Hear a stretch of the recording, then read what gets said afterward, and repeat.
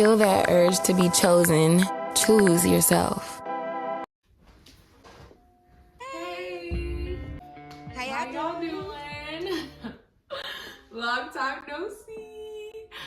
I know it's been forever, but that was on me, okay? I was not doing the best up here, and then things were getting to me easily, and I was like, I need a break, so I took a break. But I'm back. Woo! If you're new to my channel, hi, my name is Kimmy. I read sometimes, most times recently. And if you're not new, welcome back. Hey girl, how's everything going? I'm doing all right. So today, we're gonna talk about Grumpy Sunshine. As you can tell from the title, hopefully, I will be going into my favorite Grumpy Sunshine couples. I did ask for like recs on Instagram and people sent some in, but I already read them, so I'm like, oh yeah, they are Grumpy Sunshine. Does that make sense? So in case you see what you suggested and put in the question, here it is. We have similar minds and I love that for us. So yeah, I'm really excited to get into this video because I am a fiend for Grumpy Sunshine, also reverse Grumpy Sunshine. So if y'all want that video, comment down below. But without further ado, let's get to the first couple. Actor age, Eve Brown. We have Eve and Jacob. Basically, Eve is the youngest sister in the Brown sister clan. This is also the last book in the Brown sister trilogy. And she's basically kind of like a loose cannon, you know, she's all over the place. And she wears like really bright clothes and she has like purple box braids and she's a plus size black girl and she needs a job, okay? Her parents are like, we're kind of done with you kind of living and mooching off of us, go find a job. And she's like, oh, you're done? Okay, peace out, Girl Scout. And she like essentially accidentally cuts off her family. Cause like, she's like, I need to go, I need to get out of here. And she's like overwhelmed. And so she stumbles on this hotel that needs help. And she's like, okay, you know, I could be the help. And lo and behold, the hotel owner, I believe, is Jacob. And he's like this like really grumpy guy who like barely speaks a word or two. And Eve seems to have convinced herself that he hates her because the interview did not do well. And then to further convince herself, she's like, oh my gosh, this is so bad. Like, let me get out of here. She backs up her car and hits him with her car. So if that doesn't say romance, I don't know what does. But yeah, after that, we kind of go into a little spiral with them and I love him. And he's just like the perfect little grump. Like, he don't need to say much. Men shouldn't speak like that. And he listens. He doesn't speak much. Next, we have Always Only You by Chloe Lisa. I love this book the way I would love my first child, okay? This book is everything to me. It's the second book in the Bergman Brothers series. It follows Frankie and Ren. Ren is one of the siblings, obviously, for the Bergman clan. There's like 6 of them or 7 of them, I can't remember. I think there's 6 of them. There's 7 of them. There's 7 of them. Yes, there's 7 of them.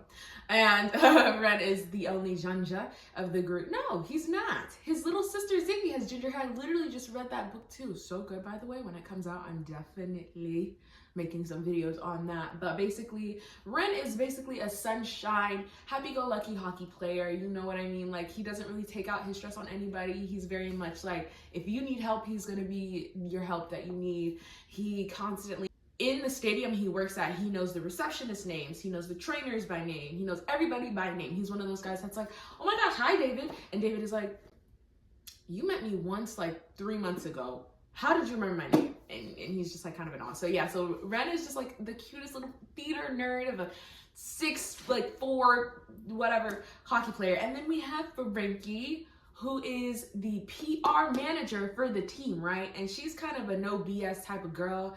Like, she don't play that, okay? You want to come over here and play? She's not gonna let you play in her. She gonna make sure you know that she's not the 1, 2, or 3, okay? And I love that about her. And you know, as I was reading this book, I was like, oh my gosh, because she's like, no funny warm feelings here. She also has a chronic illness. I was just blushing because of all the moments they had. They did hot yoga together, like on a beach, and we got a little jealousy from him.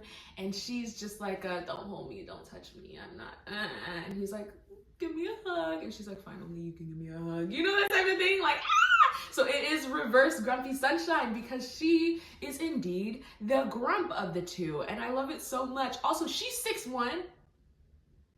Nobody told me that. I read this book thinking she was like a good like 5'4", shorter than the rest of the people. And I could be wrong because I read this book literally last year, January. But I saw a post with all the Bergman heights. She's 6'1". I love her down. Okay? If somebody has Frankie, it's gonna be me. It's gonna be me. The next book we have on our list is In the Weeds by B.K. Borison. I love this book. I love every book I talk about, so if I say I love this book, know that I do with every bit of me because I'm only recommending y'all the good stuff, like hello. But anyways, this is the second book in the Love Like Farm series. It is so basically we have Evie. She is a social media influencer traveler. She travels to like different parts of the States and sometimes abroad and like reviews kind of like resorts or places to stay and lets her followers know like, hey, I was just in Maine and I stayed in this inn and da-da-da-da. So she ends up doing that for Love Like Farm. So we get a glimpse of her in the first book, right?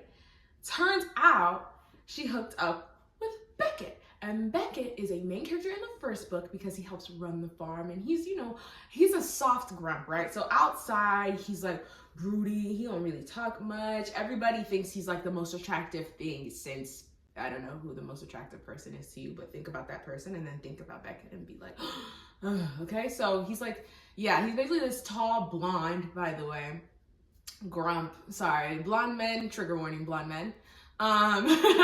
And he seems like he don't talk much, he doesn't say much, he gives like, he like grunts as responses, I think. You know, sometimes I'm like, ew, but his is subtle and not weird. But he also has like, he can't like not adopt an animal, right? So let's say I bring a basket of kittens that I found next to like a garbage bin, because you know there's those weird people who throw out animals, and I'm like, oh my god, I don't have a home and I can't take care of them and I don't have the means to take care of them. He'll be like, well, I don't have the means either. Give him 2 days. He gonna have the means because those animals will be his. He's just taken every single animal in the vicinity. So he like runs a farm. When Evie comes to Love Like Farms and her and Beckett make eye contact, turns out they've hooked up before because they met a couple months before at like some type of like conference. And they were like, oh, let's do the whole one night stand thing. He didn't think that she was gonna run off like that, but she ran off because she was a little scared, and then she runs into him again. And then she finds herself back in the town. And it kind of starts from there. He does really romantic things for her. And there's this one scene where she falls into some frigid water and his whole rescue warm her up bit was, I mean, it was phenomenal. It was phenomenal. Their chemistry is amazing too.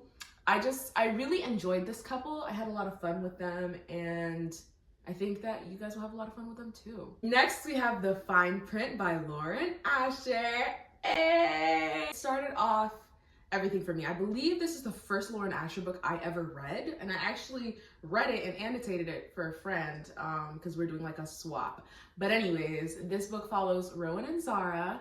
Zara basically works for the Disneyland equivalent. So just think of like a Disneyland, but what Disney is to us is what Dreamland is to them. And basically she works kind of in the dream team. I can't remember exactly what her job is, but she works like in the park, but she has a lot of ideas for the park, right? Because she's been surrounded by the park her entire life. She was very close with the founder of Dreamland, and he unfortunately passes away, and then in comes Rowan. His grandpa passes away, and in order to inherit billions of dollars, he has to fulfill his end of the will, which was to take over the creative team for Dreamland. But the thing about Rowan is he hates Dreamland. He hates everything to do with it. He hasn't been to the park since he was a kid. It has very negative memories for him. He's like, no way, Jose, I'm not trying to be here. What? Why would grandpa do this to me? They meet, and when he sees her immediately, he's like, who is this angel from above? Who is this beautiful person? Oh my gosh. But he doesn't say that. No. He's very rude, okay? You know, I don't understand where the difference is, like where the translation messes up, where someone is like, you're the most beautiful person I've ever seen. And then out of their mouth, they're like, get out of my way. I don't know. But yeah, it kind of starts like that. He's very trauma ridden, okay? He's been through a lot. His dad was very abusive, verbally, physically, mentally, all of the E's. And then his mom passed away when he was young, which kind of created his dad into the monster that he is. So he's still dealing with that. And then Zara just got out of a nasty relationship with a nasty man, and she's trying to kind of move on from that as well. So we got two lost souls, but Zara is more like, let's try to make the best out of today, okay? And Rowan is like, anybody who's in my path when I haven't had my coffee yet is gonna get bitten. Seriously. So it's a lot of fun. I love them. I had fun. I do prefer Iris and Declan. I told you I was the PR manager for this couple, didn't I? I'm the self-appointed PR manager for Declan and Iris. Okay? Like, I love, come on. If I have to do a flash forward, if you watch my very first video on this channel, y'all know how I feel about terms and conditions. Basically, we have a black woman in the forefront. Come on, come on. And then we have Declan, who I would say out of the three brothers, Kane brothers, he is the grumpiest, he is the rudest, he is the one out of all of them to not really give an F about it. He's like, what about it? So in his part of the will, because yes, the grandfather did leave every person a part, because yes, their grandfather decided to leave every single one of his grandsons a part in the will, but they had to do something in order to get their part in the will, something crazy, right? And so Declan's is far more drastic, I would say, than Rowan's, because he not only has to get married, he has to have a child. So then we have Iris, who we were introduced to. So then we have Iris, who we were introduced to in the first book as Declan's assistant, right? So yes, and they end up getting married.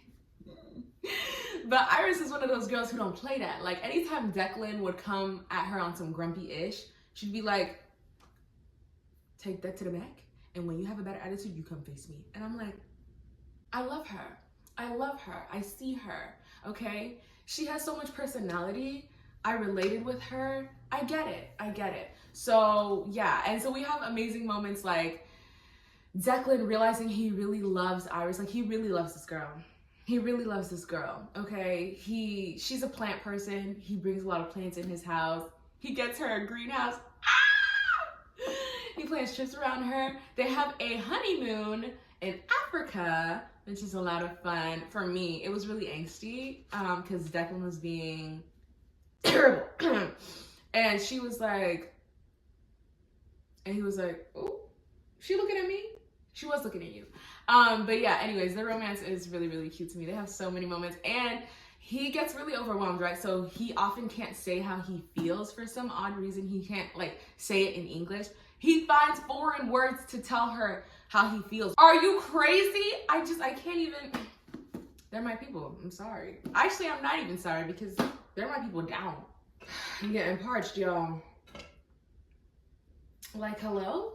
I have 4 more books left. This is gonna be a long video though, so I'm probably only gonna hit 2 more. If y'all want a part 2 though, you know where to comment. But for my next pick, I have Marriage for One by Ella Mays. When I tell you guys, digitally, this is my most annotated book of all time, besides Daisy Hates 2, The Great Undoing. I mean it, okay? So I think this was my first ever true marriage of convenience. And I'm also a girl who really loves thick romance books, right? I see people talk about, oh, romance books shouldn't be more than 350 pages. Romance books shouldn't be more than 300 pages. Romance books shouldn't even be more than 250 pages. And I'm like, if you were to give me a 900-page romance book, I would devour it. I say this to say this book is 500 pages. I know I used to be one of those girls who couldn't touch a long book, and I get it, and the thing is, this is worth it though. Listen, y'all are not listening to me. You have to listen, like, stop, okay? Stop. This book is worth it, like, I mean it. I mean it. Okay, so we have Rose, right? Who is essentially an orphan, okay? But she's grown up. She's a grown orphan. She's like, I'll put her at like 26. I can't remember how old she is. Maybe 27. And her last relationship, he kind of took everything from her. He split on her, and this is recent, right? So her fiance kind of left her, and she's like, I have no money. Like, I invested all my money into this thing, and now it's done, and I'm about to freak out because I can't afford it because I'm by myself and I have to deal with it. in comes Jack, who works at the legal office that Rose is at, when she finds out, like, hey, you're gonna have to give up what you're working towards, which is like a coffee shop. She's working towards like a coffee pastry shop. And he like kind of pulls her into, mind you, they're strangers. Mind you, they're strangers. He pulls her into his room and he's like, hey, Rose, look, I can get you the coffee shop you want in New York. Also, quick pause. The author of The Spanish Love Deception, Alina Armaz, and Ella Mays are friends, so their worlds converge. So in The Spanish Love Deception, when you see Lena stop at a coffee shop on a corner and she's like, oh my gosh, the cashier's husband looks so cute, she's talking about them. Fun fact, little Easter egg, it's fun. He pulls her into his room and he's like, hey, I know your fiance left you and you have pretty much nothing, but I can get you what you need, okay? I can get what you need. All you need to do is marry me. And we have to keep it up because I am not the marriage types. And she's like, hello? And you are? But she realizes that that's the best thing that can happen for her after her meeting, where her uncle, her family is not the best family, and he wants to give everything away or take it or give it, and he wants to give what is rightfully hers away. It's this weird stuff with a will and whatever. Anywho, they end up getting married, and it's kind of stiff because he's like a high and by kind of guy. He's like, I gotta go to work. And then when he comes back, he's like, I gotta go to sleep, you know? And she's like, why are you ignoring me? Like, you're so weird. What's going on? And then they have like a little conversation basically saying like, hey, okay, so this marriage, what I get out of it, this is Jack, what I get out of it is you coming to like business dinners with me and galas with me and stuff. And she's like, okay. And then I get the coffee shop. That's great. It's great. It's perfect. So they go to like some dinner and his coworkers are like, you're married? Okay, I'd love to hear this one. And Rose is like, excuse me, what's going on? So we kind of go from there. I don't want to spoil the rest, but he takes care of her when she's sick. Okay, like really sick, like surgery sick, like brain surgery sick. Stay with me. And she's really claustrophobic, right? She's scared, right? She's like, oh my God, I'm gonna have to go. She goes through the MRI thing. She's like a panic attack. He holds her ankle. Y'all, now let me not dive back into this book. But the thing is, there's a big betrayal, right? Because something happened. Something that kind of let Jack live the way he's living. That's all I'm gonna say. Love this book. Yep. Next book, and I've decided this will be the last book because this video, I don't want it to be like 20 minutes long. It's gonna take forever to export. But if you want a part 2, trust me, you got it. The Simple Wild by K.A. Tucker. This book is so... I'm gonna say the series is so good because I read them all back to back to back. There's no other way to read it. But yeah, we have a small town romance. And if any of you guys know about me, you know I'm a small town romance connoisseur, okay? I'm a connoisseur of some sort. And so we have Calla, right? Calla's kind of a bougie girl. She lives on the richer side in, I think, Toronto or Ontario, either one, it's Canada, right? And she gets this call one day. And it turns out it's from like her dad's people. Now, to preface this, she hasn't seen her dad in like 24 years. She's about 27, 28, because her mom left her dad when she was a kid and they moved to Canada and her mom remarried and but she never knew like why like a lot of things happened, and she always wanted to get closer to her dad when she was younger, but he never could be there for her. He could never fly there for her because he's a pilot. And he's really busy, right, dealing with stuff that happens. And he's also based in Alaska, okay? And she gets this call, and it's someone who works closely with her dad. And she's like, hey, girl, yeah, your dad's sick. Do you want to come and see your dad, you know, while he's sick right now? Because we don't know how bad it is, and we want you to see him. And she's like, Dad's sick? And she goes to Alaska, and the first person she runs into, the pilot that's supposed to fly her, because they have to take like connecting flights because it's such an isolated town in Alaska, is like the meanest person ever. Hate that he's hot, right? Because he's hot to her. She's like, who is this attractive, nasty, disgusting, vile human being? And he's like, who is this pompous bougie girl? Like, who wears heels to Alaska in the winter? And she's like, I would say this is almost half woman's fiction, half romance. And I love half woman fiction, half romance books, okay? I think that beach read is one of those. And some people don't have the vernacular it takes to appreciate that, and that's okay. That's okay. But you have to admit it, okay? Because these books are good. I love to read a good woman's fiction. But anyways, why am I telling the story and not Grumpy Sunshine, okay? Anyways, so we have a lot of interactions between them. He kind of dismisses her a lot, but there's a lot of tension there.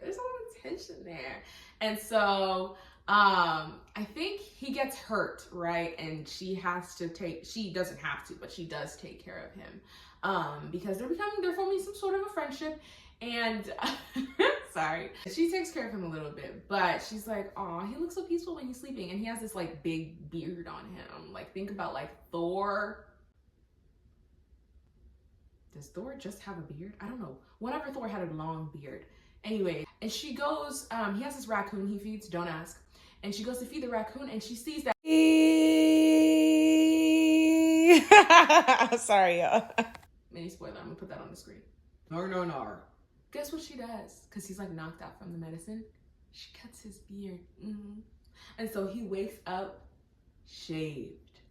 And it's this crazy little, the moments that happen after that are a lot of fun, is all I'm gonna say.